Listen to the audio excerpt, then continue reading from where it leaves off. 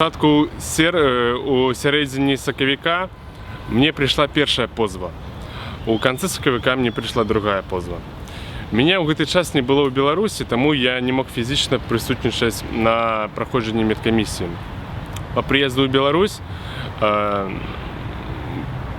бацька распавядае, што ён уже схадзіў у военкомат і занёс неабходныя дакументы, пацвярджаючы, што я не маю права служыць у гэтым прызыве, бо на той час мой родны брат служыў у войску, а у меня бацька пенсіянер, і па нашаму заканадаўству дзяржава не мае права забіраць двух сыноў адначасова аднаго бацькі. І па прыезду ў Беларусь я ўжо больш не атрымліваў іншых позаў, і я уже палічыў, што от меня в принципе отстали и необходимых документов хопить. И я вырашил проверить, и те не обмежевали мне выезд. Я пошел у отдела громадянства и миграции и доведался, что мне заборонили, на меня наклали часовое обмежевание аж до 6 красавіка. Я написал скаргу в районный военный комиссариат, военному комиссару, а после городскому военному комиссару.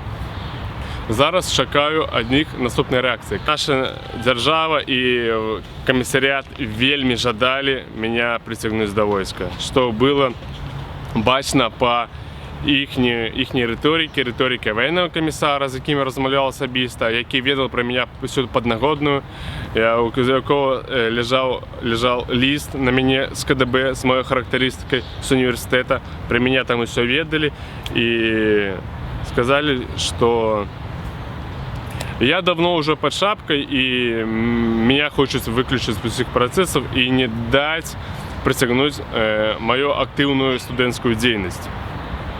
То же самое отбылось с моим сябром. За мной мне одразу дали часовое обмежевание на выезд, а моему сябру нават яны за ним бегали.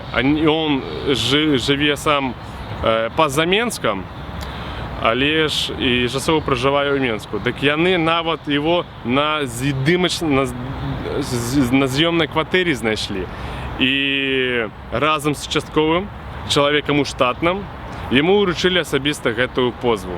Маёй дакументальнай аргументацыі, што мяне не маюць права забіраць у гэты прызыў, яны ўсё роўна наклалі на мяне часовае абмежаванне, і я быў проста вымушаны прыйсці і праходзіць гэтую медкамісію.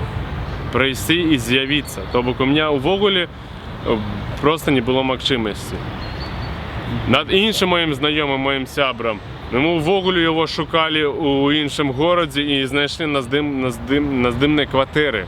Это таксама нонсенс. І знайшлі адразу чалавек у штатным, это, відаць, быў службовец КДБ, участковы і адзін чалавек з военного комиссариата. Поэтому тут відавочна, што людзьмі цікавіцца, якія все ж таки былі адлічаны не просто так, а па палітычным прычынам.